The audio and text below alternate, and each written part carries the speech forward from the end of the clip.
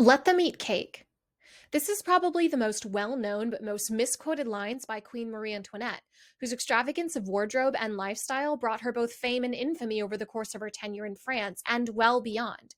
It's 2024 and we're still talking about her.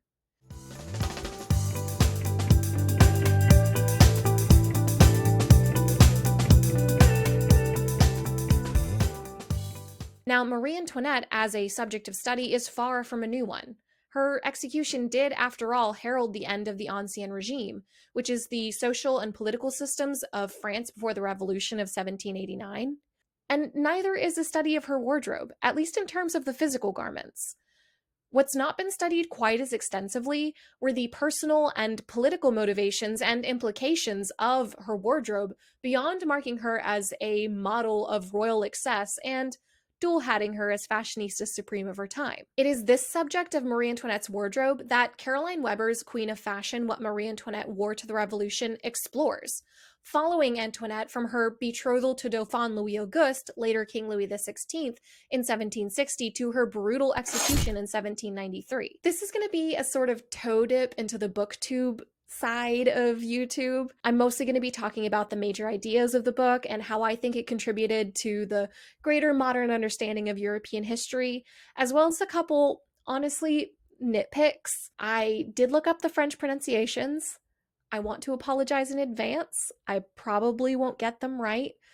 I promise I'm trying though. And yes, I do have my notes on my screen and I will be referencing them pretty heavily. It's a lot of information and I don't want to miss anything, you know?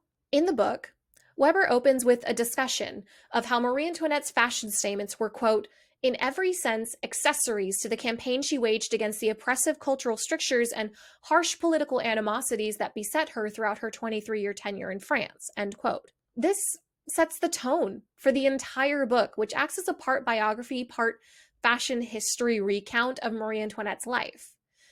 The undercurrent of Weber's recounting of her wardrobe choices, from the sourcing of fabrics to the color of specific notions to finish an outfit, is that nearly every choice carried both symbolic and frequently political weight. Unsurprisingly, wardrobe played a very important part in court life, so it comes as almost no surprise that the mother of Archduchess Maria Antonia Josepha Johanna, Marie Antoinette before she was married, spent approximately 400,000 livres, or nearly 10 million modern US dollars, on her trousseau, which is essentially a bridal collection of clothing and linens and other belongings, to set her up for her first foyer into French court life. Strategically, all of the dresses were made using French silks and were constructed entirely in France. This was a deliberate choice made to really drive home how un-Austrian the soon-to-be Dauphine was committed to become. This attention to detail, the origin of fabrics and the location of construction, is present throughout all of Marie Antoinette's life, at least in terms of her statements that she was trying to make with her wardrobe. During her meteoric rise to fashion fame, she would frequently pair motifs from her personal lineage, such as roses or the adoption of Austrian colors, black and yellow, with motifs and colors from her new Bourbon household, lilies, white, and gold. Less subtly, she would frequently pay homage to great events in France and in her personal household with elaborate vignettes in her pouf designs, which are those towering hair pieces that are now ubiquitous with that era. Nearly every piece she wore told a story, and sometimes that was kind of literal. Now, it could be argued that these statements of Marie Antoinette's care in choosing her clothing has been exhausted as a point of study. But what Weber asserts, and what Michele Major echoes in her Untitled review, is that, quote, Marie Antoinette would often misjudge the effect of those choices, playing as she was to different audiences, the court and the populace, end quote. Her intent, it seems, was to assert her prestige and authority whilst ensuring her survival in the sometimes fatally judgmental royal court. Her insistence on maintaining a modish lifestyle and wardrobe to match would regularly enrage the common people. She was waving her opulence in their face, And unfortunately, it also lost her the support of many of the more traditionally minded nobles and courtiers, whose support might have resulted in her life spared and potentially even the crown untoppled. If she hadn't ticked off these already wary courtiers whose distrust for Austria outshone whatever envy or appreciation they may have held for the Dauphine cum queen, she might have instilled in them more allies upon whom she could have relied on for aid when the revolutionaries came to arrest her family and herself. If she hadn't over-dazzled in light of her country's famines and economic decline, which she contributed heavily to, spendthrift as she was, she might not have been treated with such cruelty in her final years, and even potentially sent back to her family in Austria. However, to assert that Marie Antoinette only operated with a blind eye to her audiences would be to misspeak. Weber spends an entire chapter describing how the adoption of masculine wear, specifically riding breeches, not only endeared her to King Louis XV, thus securing her favor at court, even throughout her failure to conceive in the early years of her marriage to Louis XVI, but placed her as a person of power. She was, Weber is careful to note, strategically hearkening back to the Sun King's use of riding apparel as a calling card of authority and political power, and for a little while she was able to assert her own. What makes this book such an interesting and important contribution to the modern study of European history is that Weber meticulously, thoroughly, and exquisitely focuses on an aspect of Marie Antoinette's life that has ritually been relegated to frippery and excess and left at that. By examining the origins of the cloth utilized, colorful French silks in the ascent, pure white Austrian muslin in the beginning of the decline, black French silk taffeta of confined mourning giving way to inexpensive pure white French cotton of her execution dress, we can better understand how Marie Antoinette saw herself and her relationship with her adoptive country. Thanks to Weber and Dina Goodman, whose work is relied upon heavily in the writing of this book, the public ire received by Marie Antoinette, as well as the praise, has a whole lot more context. Adoption of black and yellow, or an overfocus on roses, made Marie Antoinette appear dangerously sympathetic to her homeland and France's longtime foe, Austria. Black was also the ascribed color of nobility and the royal guard, making the use of black cockades a dangerous sport when the revolution is reaching a fever pitch. Dressing in vivid green eventually came to represent the bourgeoisie, the villains of France's revolution, while purple, white, and gold were all colors of royalty, with the latter two being specifically the House of Bourbon, and thus the very system the revolutionaries were trying to dismantle. Marie Antoinette was a fashion-forward woman, as was apparent by her extensive and expensive wardrobe, so it's pretty implausible that she would utilize any of these colors or symbols without at least having an idea of how she would be perceived by her court and her people. This is made even more apparent thanks to Weber's continual development of connections between great events in Marie Antoinette's life and the outfits she's reported to have been wearing. Not only are historians able to paint a fuller picture of the queen herself, she was far from just being a fashion-obsessed airhead, but they were also able to find and identify trends in public opinion and why they seemed to turn so quickly. An example would be when Marie Antoinette debuted her coiffure à la Belle Poule in the wake of the nation's increasing debt due to their involvement in the American Revolution.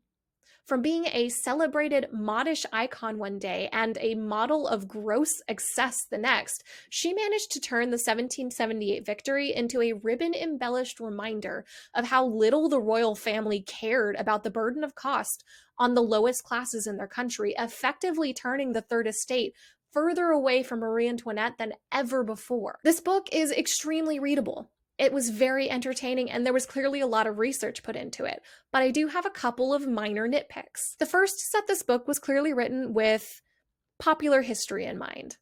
Now, there's nothing wrong with that. Popular history is more accessible, it's easier to read, it's less academic, less dry. However, it tends to be a little bit less rigorously researched.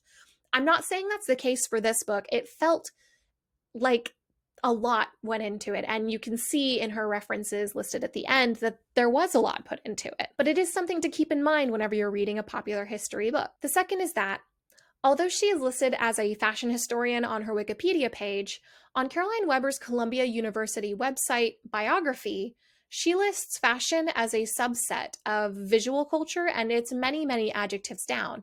And I think that that's a more accurate description of her expertise with visual culture. In the first chapter, Pandora's Box, she asserts that the undergarments that are favored by the French court at the time are painful. Despite the general consensus among modern dress historians and seamstresses that the whalebone utilized to create the structure in the stays is a firm yet pliable material, which gets even more pliable as it's warmed up, as it would be when it's worn so close to the skin, just over a thin chemise. A correctly fitted set of stays doesn't pinch, it doesn't hurt, it doesn't even itself alter a silhouette. That's achieved with strategic padding and draping. It acts as a structure to better allow garments to hang unsnagged to achieve whatever the desired silhouette might be of the time. Now, as a reader, this can potentially signal a red flag, as corsetry has almost always been a hot button topic in the dress historian world. There are other similar odd choices or assertions of opinion, such as the adoption of, in my opinion, the too general term chemise dress to represent the specific chemise à la reine, which can open up a reader to confusion, as there are multiple iterations of chemise dresses. It's basically any gathered, less structured dress from that era. While this isn't an egregious mistake, and it's technically not even an error at all, it's just an oversimplification, it can set a budding dress historian down the wrong path when attempting to find references for their own research of 18th century Parisian dress. Now, nitpicks aside, Caroline Weber provided an interesting and well-written account of Marie Antoinette's rise and fall through the dissection of her wardrobe, her account books associated with her trousseau, and the many pamphlets, political cartoons, paintings, personal correspondence, and scant surviving garments that are still available to study. It's also apparent that Caroline Weber has a real passion for literary writing. The entire book is written with impeccable pacing, vivid descriptions, and beautiful prose juxtaposed with haunting repetition of specific phrases to create a kind of death knell rhythm, echoing the peals that likely accompanied Marie Antoinette's own beheading. Though Marie Antoinette likely never declared, "Let them eat cake," when challenged on her frivolous use of hair powders made of flour, which was particularly egregious after the Flower War of 1775. Her reputation for innovative fashion, from the pouf to the popularization of a new color puce, is based on fact, as is evidenced by a plethora of extant materials such as surviving orders for garments and the many fashion books published in her lifetime paying homage to her wardrobe. I'm going to finish this whole video off with one more little quote from the book. Quote, "Even faced with unspeakable loss, Marie Antoinette tackled her difficulties as she always had, by choosing costumes that emphasized her resilience of spirit," end quote. It's such a shame that her resiliency did not result in her survival. However, would she have reached the same elevation of fame or infamy as she had otherwise? I kind of don't think so. What do you think? Thank you so much for joining me in this video. I really enjoyed putting this together. I love history. I love specifically fashion history. If you'd like to see more videos like this, either covering more dress historian stuff or just generic history, please let me know. Don't forget to like and subscribe and continue the conversation in the comments. Thank you again for joining me, and I hope to see you guys in the next one. Bye!